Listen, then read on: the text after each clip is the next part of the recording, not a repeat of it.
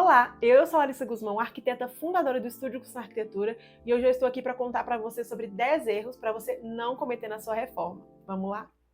O primeiro erro é não definir um orçamento inicial. Uma das primeiras perguntas que eu faço para os meus clientes é: quanto você pretende gastar? E adivinha, a maioria não sabe me responder. Bom, inclusive foi por isso que eu gravei o vídeo anterior mostrando o orçamento de um banheiro para dar um norte, e eu pretendo fazer isso com outros ambientes também. Quando a gente não sabe quanto vai gastar, a gente atrapalha todo o projeto, porque o orçamento ele vai definir o nível de acabamento, o nível de mão de obra especializada que a gente vai precisar. Então esse é o ponto de partida, a gente precisa ter pelo menos uma noção. Então, quando o cliente não definir um valor de quanto ele pretende gastar, nós fazemos uma análise, mais perguntas para entender a realidade daquela pessoa e classificá-la dentro de algum dos níveis que a gente costuma trabalhar, como eu falei no vídeo anterior, baixo, médio e alto padrão. A partir disso, a gente faz uma escolha mais selecionada dos materiais, dos detalhes que vão precisar ser executados e a cada mão de obra que vai precisar entrar ali também. O segundo erro é não incluir os custos ocultos dentro desse orçamento. Esses custos nada mais são do que tudo aquilo que fica por trás da decoração, então às vezes a gente até esquece deles. Muitas vezes eles são representados por materiais de depósito, como sifão, tubulações, ou até mesmo gastos que vêm com a reforma, como aluguel de caçamba para entulho.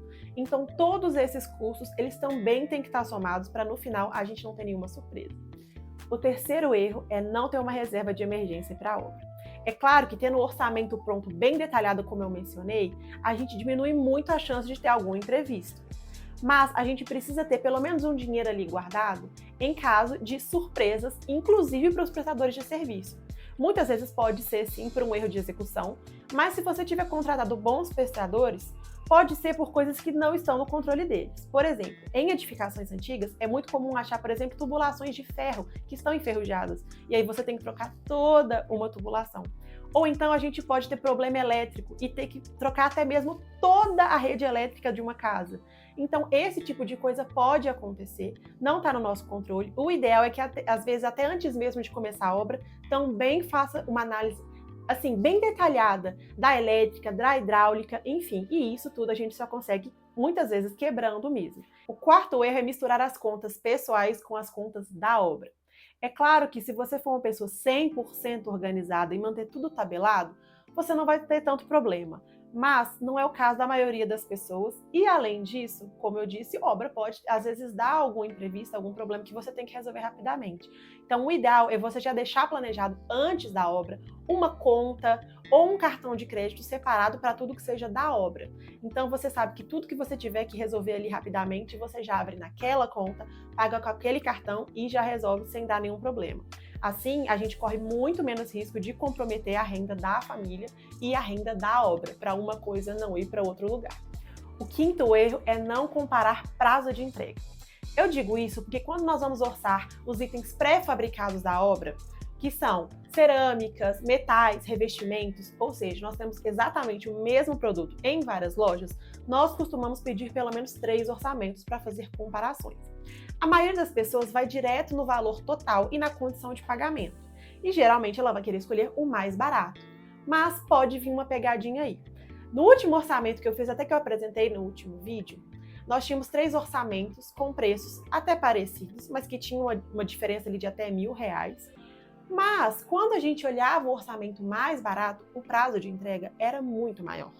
Tinha peças ali que o prazo de entrega era de até 3 meses. Então, imagina você começar a obra e demorar 3 meses para entregar, fica tudo parado. E a outra loja já tinha pré-entrega, né? Eles já tinham na loja no estoque. Então, eu acho muito importante que a gente faça um custo-benefício. Ou seja, nós podemos avaliar o valor, sim, que ele é muito importante, não faz sentido pagar muito mais caro por uma coisa que tem mais barato em outro lugar, mas nós também temos que pensar no prazo, nas garantias, enfim. O sexto erro é comprar materiais em quantidades e modelos diferentes do que foi especificado em projeto. Esse é um caso clássico do cliente que só pensa em economizar, porque se pensar além só do dinheiro, ele não faria esse tipo de coisa. É raro, mas acontece, sabe?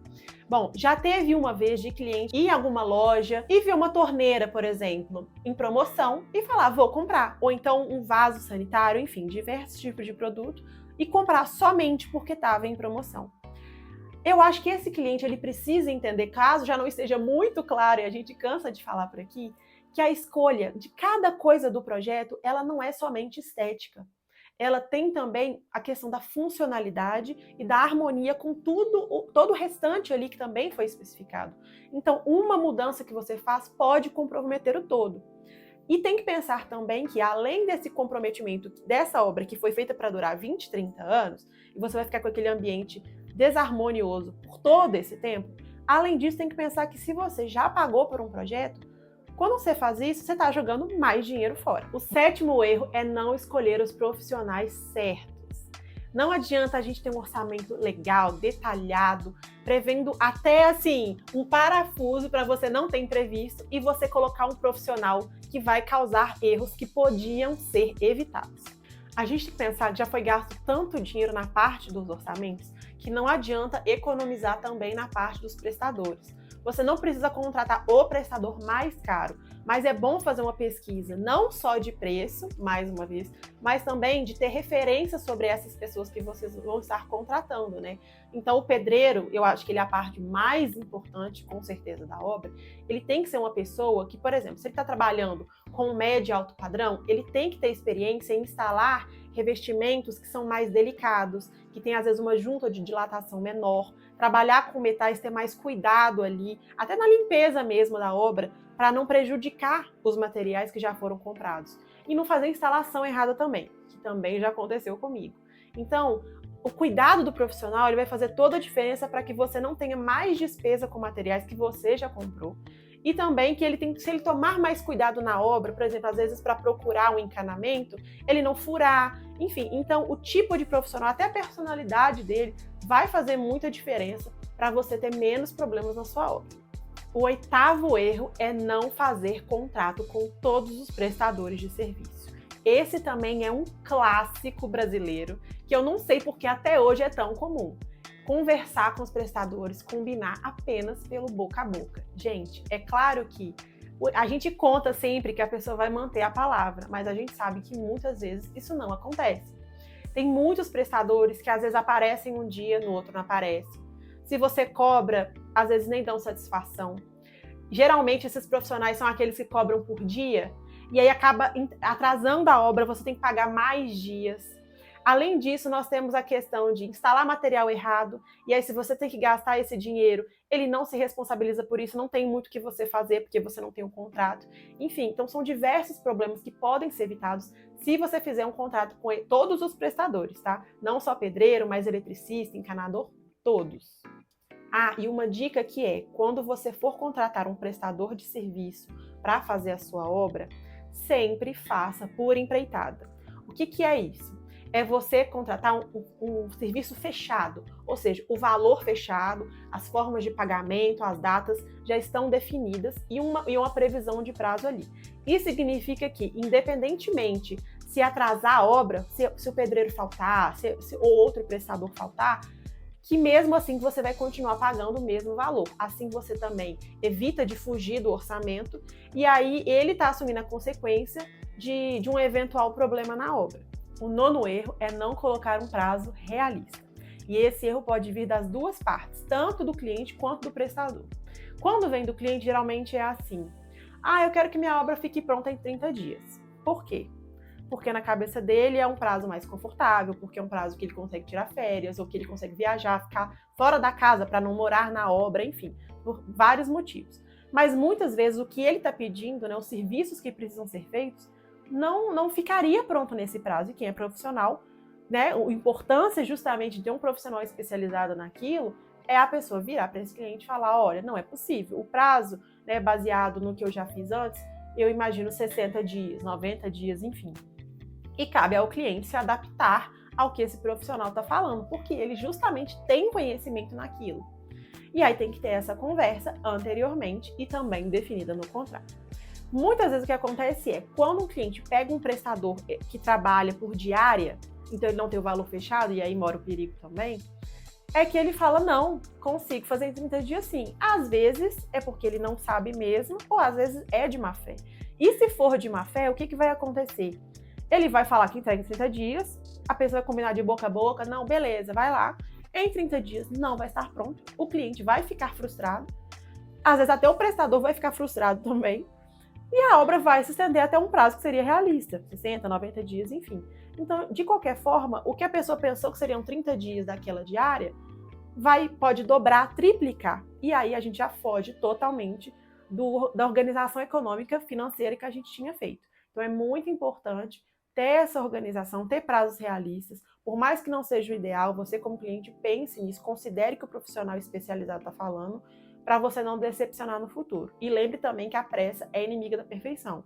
Se a pessoa até conseguir fazer no prazo que você pediu, mas fizer correndo, a chance de você ter um problema futuro é muito alta. Finalmente chegamos no 10º e último erro, que é não ter acompanhamento de obra. Muitas vezes o cliente já teve tanta despesa com os materiais, com esses prestadores de serviço, que ele acaba optando por não contratar um pacote de acompanhamento de obra. No caso do meu escritório, eu faço no mínimo 3 visitas. Tem o levantamento técnico, tem a visita depois que a obra começa, depois que faz parte de infraestrutura, então alteração de ponto elétrico, de ponto hidráulico, enfim, essa parte mais estrutural. E depois, após a instalação de marcenaria, marmoraria, para conferir se está tudo certo, porque senão a gente pede para o profissional consertar. Isso, gente, é muito básico, é só para ter uma garantia que a gente vai conseguir conferir pelo menos em algum momento. Mas a gente também oferece, pelo menos aqui no escritório, um pacote adicional personalizado, até conforme a demanda do cliente. Pode ser diário, pode ser a cada 3 dias, pode ser semanal, quinzenal, enfim. É muito importante que tenha um acompanhamento um pouco mais de perto, seja por nós arquitetos, ou se a pessoa preferir contratar uma construtora para ter pessoas para cuidar disso sempre, para fazer o acompanhamento da pessoa que está prestando o serviço, porque muitas vezes, se você vai acompanhar por conta própria, pode ser extremamente desgastante. Você vai ter que lidar com coisas que você não tem conhecimento, porque geralmente os clientes são leigos no assunto, né? E aí o profissional, se você já não fez um filtro, não contratou uma pessoa especializada, ele pode estar fazendo alguma coisa errada que você nem vai saber. E o problema, ele pode aparecer imediatamente ou pode aparecer no médio e longo prazo. Então, tudo isso é muito importante para você não ter problemas, nem agora e nem no futuro. Por hoje é isso. Se você gostou dessas dicas, deixe o seu like. Se você ainda não é inscrito, se inscreva no canal e compartilhe com todo mundo que você sabe que gosta desse universo de arquitetura e decoração. Um beijo, até a próxima!